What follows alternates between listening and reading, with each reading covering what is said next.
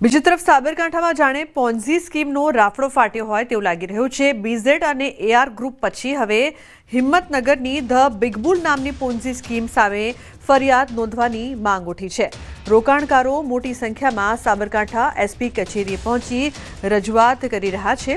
6 માસથી રજૂઆતો છતાં સંચાલકો સામે કોઈપણ જાતની કાર્યવાહી નથી કરવામાં આવી। જણાવી દઈએ કે હિંમતનગરના ટાવર રોડ પર આવેલા અમરસિંહજી શોપિંગ મોલમાં ઓફિસ ખોલીને રોકાણકારોને આકર્ષવામાં આવ્યા હતા। આ સ્કીમના સંચાલક જગદીશ ગોસ્વામી સહિતની ટોળકીએ 15 થી 20% માસિક વળતર આપવાની લાલચ આપી કરોડો રૂપિયાના રોકાણ મેળવ્યા હતા। હવે પૈસા મેળવ્યા બાદ ફોન બંધ કરી રફુચક્કર થઈ ગયા હોવાનો આક્ષેપ છે। રોકાણકારોએ 15 કરોડથી વધુ રકમ ફસાઈ હોવાનો દાવો કર્યો છે, જ્યારે પોલીસે કાર્યવાહી શરૂ કરવાનું આશ્વાસન આપ્યું છે। બિગ બુલ પ્રાઇવેટ લિમિટેડ નામની એક કંપની છેલ્લા 2 વર્ષથી વધારેથી ચાલતી હતી। એનો માલિક છે જગદીશ ગોવિંદગીરી ગોસ્વામી, જામડાનો વ્યક્તિ છે અને 3 થી 4% વળતર આપવાની લાલચ બતાવીને મારી જોડે ટોટલ 2 લાખનું રોકાણ કરાયું છે। વ્યાજ આપવાનું બંધ કરતા મેં એ લોકોને મૂડી પરત માંગવાની કોશિશ કરી, પણ મને ફરી વ્યાજ પણ આપવામાં આવ્યું કે મૂડી પણ પરત ના કરવામાં આવી અને એ જગદીશભાઈ છેલ્લા 6-8 મહિનાથી આમ તેમ ફરાર રહે છે। ટોટલ 15 CR નું કૌભાંડ કરેલું છે, બરોબર। અને અત્યારે છેલ્લા 6 મહિનાથી કોન્ટેક્ટમાં નથી, સ્વિચ ઓફ કરીને ચાલ્યા ગયા છે।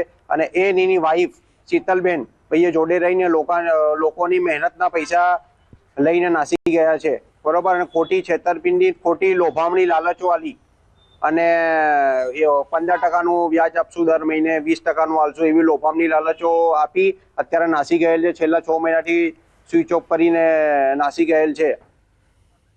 ફોન લાઈન પર ઈશાન જોડાયા છે વધુ માહિતી આપવા માટે। ઈશાન, જે પ્રકારથી આ સમગ્ર ઘટના સામે આવી છે, વધુ એક પોન્ઝી સ્કીમ, શું વધુ માહિતી? રૂપતા ચોક્કસ કે સાબરકાંઠા જિલ્લામાં જ્યારે કે પોન્ઝી સ્કીમનો રાફડો ફાટ્યો, તેમ દિવસે ને દિવસે એક બાદ એક પોન્ઝી સ્કીમનો જે ફરિયાદ નોંધવામાં આવી રહી છે।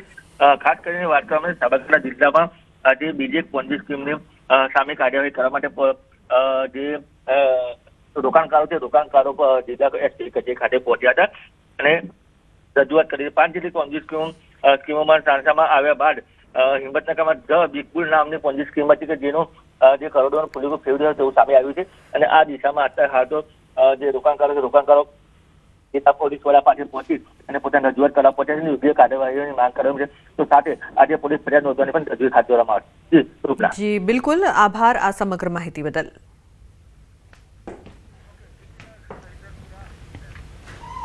अन्य समाचार सूरतથી સામે આવી રહ્યા છે। મહિધરપુરામાં દેહ વ્યાપાર પર દરોડા, ગેસ્ટ હાઉસમાં મહિલા સેલ ક્રાઇમ બ્રાન્ચના દરોડા। બાંગ્લાદેશી મહિલા સાથે કરાવતા હતા દેહ વ્યાપાર, દલાલ અને હોટેલ સંચાલકની ધરપકડ કરવામાં આવી છે। પારસ અને વિજય ગેસ્ટ હાઉસમાં કાર્યવાહી કરવામાં આવી છે। 3 ગ્રાહક અને 5 મહિલા મળી આવી છે। હોટલમાં જે પ્રકારથી દેહ વ્યાપાર કરવામાં આવતો હતો, રેડ પાડવામાં આવી। પારસ અને વિજય ગેસ્ટ હાઉસમાં કાર્યવાહી કરવામાં આવી, જેમાં 3 ગ્રાહક અને 5 મહિલાઓ મળી આવી છે। પોલીસ દ્વારા વધુ કાર્યવાહી કરવામાં આવી રહી છે। દેહ વ્યાપાર પર પોલીસના હોટલમાં દરોડા તેમજ ગેસ્ટ હાઉસમાં મહિલા સેલ ક્રાઇમ બ્રાન્ચે દરોડા પાડ્યા છે।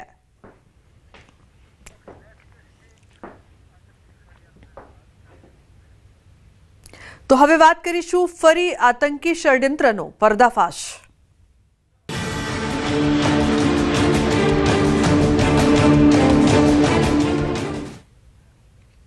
ગુજરાત એટીએસની મોટી કાર્યવાહી, 3 લોકોની એટીએસે ધરપકડ કરી છે। આતંકી ઘટનાનું ષડયંત્ર કરી રહ્યા હતા।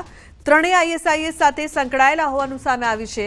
આતંકી ઘટનાને અંજામ આપે તે પહેલા ધરપકડ કરવામાં આવી છે। હથિયારો બદલવા માટે ગુજરાત આવ્યાની આશંકા છે। છેલ્લા 1 વર્ષથી ગુજરાત એટીએસની રડારમાં હતા આરોપીઓ। 2 આતંકી યુપીના રહેવાસી હોવાનું સામે આવ્યું, જ્યારે 1 આરોપી હૈદરાબાદનો હોવાનું સામે આવ્યું છે। આતંકીઓની ઉંમર 30 થી 35 વર્ષની હોવાનું સામે આવ્યું છે। તો આઈએસઆઈએસ સાથે સંકળાયેલા આ આરોપીઓ છેલ્લા 1 વર્ષથી એટીએસની રડાર પર હતા। 2 આતંકી યુપીના રહેવાસી છે, જ્યારે 1 આતંકી હૈદરાબાદનો રહેવાસી છે। મોટી ઘટનાને અંજામ આપવાની ફિરાકમાં આ 3 હતા। આઈએસઆઈએસ સાથે સંકળાયેલા હતા અને મોટી ઘટનાને, ષડયંત્રને અંજામ આપે તે પહેલા એટીએસને મોટી સફળતા મળી છે। હથિયારો બદલવા માટે તેઓ ગુજરાત આવ્યા હોવાની આશંકા છે। હવે વધુ પૂછપરછમાં વધુ માહિતી સામે આવશે કે કોઈ લોકલ વ્યક્તિ સાથે તે કનેક્ટેડ હતા કે કેમ। બનાસકાંઠાના કાંકરેજ પંથકમાં ખાતરની અછત જોવા મળી રહી છે. વેપારીઓ સરકારને પત્ર લખીને જાણ કરી છે.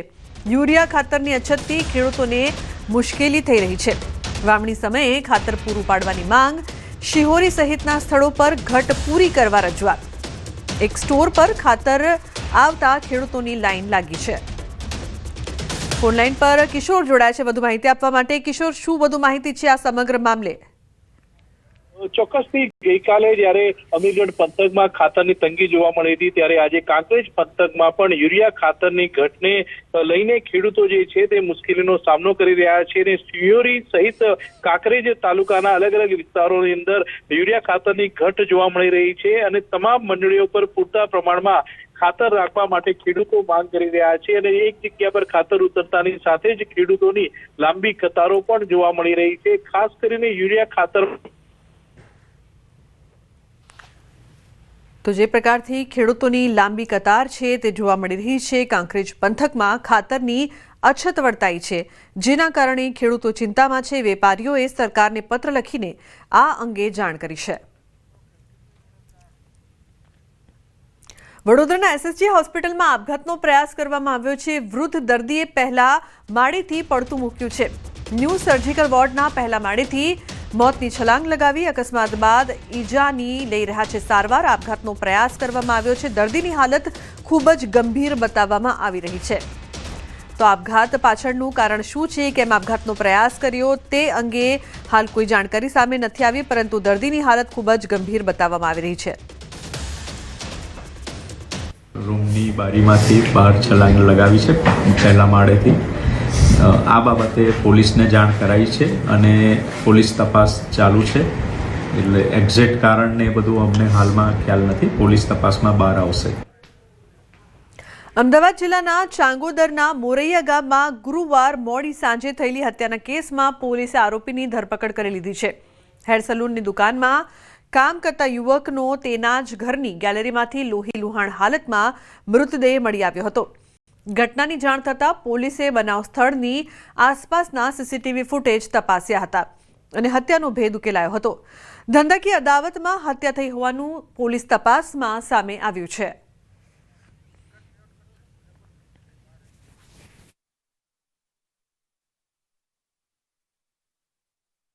અમરનાથ જે છે એ મૂળ યુપીનો છે અને મોરૈયા આવ્યા બાદ એ રમેશની જે સલૂન હતી તેમાં કારીગર તરીકે કામ કરતો હતો. ત્યારબાદ છેલ્લા 3-4 મહિનાથી તેણે પોતાની અલગ સલૂન શરૂ કરેલી હતી, જેથી એ જ વિસ્તારમાં એણે બીજું સલૂન શરૂ કરેલું હોય, જેથી ધંધામાં બંનેનો કોમ્પિટિશન રહેતી હતી. અને એ અનુસંધાને એ અદાવતમાં હત્યા થયેલાનું ખુલ્યું છે. અન્ય સમાચારની વાત કરીએ તો ગેરકાયદેસર મહાદેવ એપ ઓનલાઈન ક્રિકેટ સટ્ટાના કેસમાં ગુજરાત સ્ટેટ મોનિટરિંગ સેલને મોટી સફળતા મળી છે. ગેરકાયદેસર ક્રિકેટ સટ્ટા બેટિંગમાં ફ્રેન્ચાઇઝી આપનાર જયસિંહ શંકરાજી ચૌહાણ અમદાવાદ ઇન્ટરનેશનલ એરપોર્ટ પરથી ઝડપાયો છે. મહાદેવ એપના માલિક સૌરભ ઉર્ફે મહાદેવ ચંદ્રકર પાસેથી ઓનલાઈન